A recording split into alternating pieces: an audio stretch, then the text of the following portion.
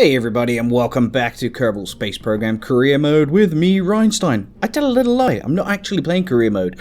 I was messing around with trying to get a stable gravity turn, and I uncovered something that I thought I might share with you guys, and that's the usefulness of fairings.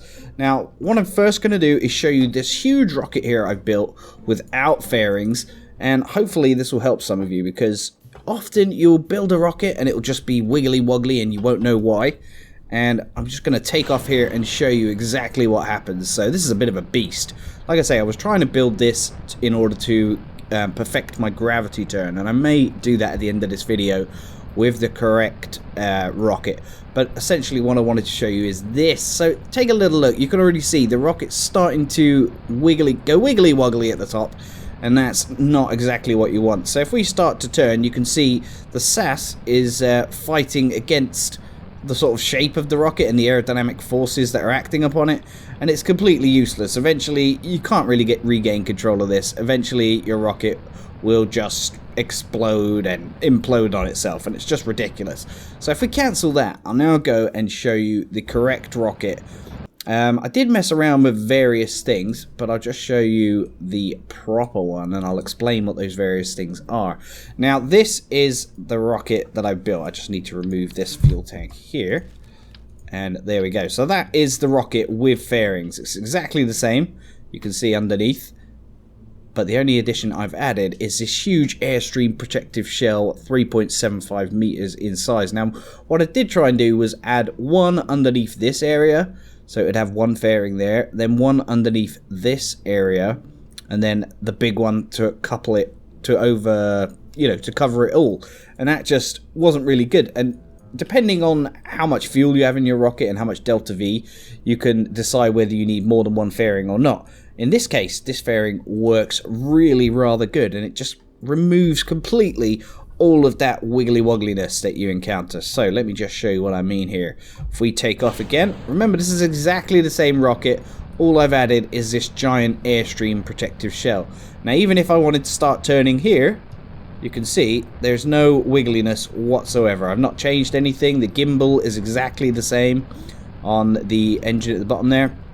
The only difference is the airstream protective shell. And so I can then go on and start trying to turn into my gravity turn a lot earlier. Now, because of well, I've tested this rocket a lot, and I think it's because of the thrust, I'm able to turn a lot earlier than 12,000 meters, which is approximately when I would start turning for my gravity turn.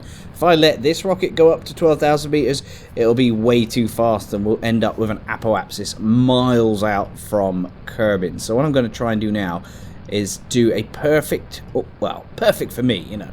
It's never going to be perfect like Scott Manley, but we'll try. And try and do a really good gravity turn, so I'm going to need to concentrate here. But if you take a little look, Kerbal Engineer Redux has given me this reading up on the top left. And you can already see my apoapsis is going to be at 50,000 meters approximately. So I'm really needing to keep turning towards the right here, because our velocity is so high that it's just launching us really quickly up. So like I say, the airstream protective shell working perfectly. Now you can see my apoapsis is now at 77,000 meters, and it's still going to continue climbing. So I've kind of failed my gravity turn, but that's not bad overall, I think. Now if I was to just cut my engine here, I could, but I don't really want to. Let's see how our orbit occurs now if I just keep burning. So my apoapsis is being pushed out to about 120, 130, 140,000 meters. And now we've run out of fuel. So here we go. Like I said, I can get high enough for using this airstream protective shell. Then I get rid of it, and we experience no more wiggly woggliness. It's all good. Look at that. Perfect. So that is the benefits of using the fairing or airstream protective shell. Now if I just set an apoapsis here, it should be a simple case of moving around to my little maneuver node and doing my burn and getting into a perfect stable orbit. That's about it, guys. Thank you ever so much for watching. I hope that's helped some of you.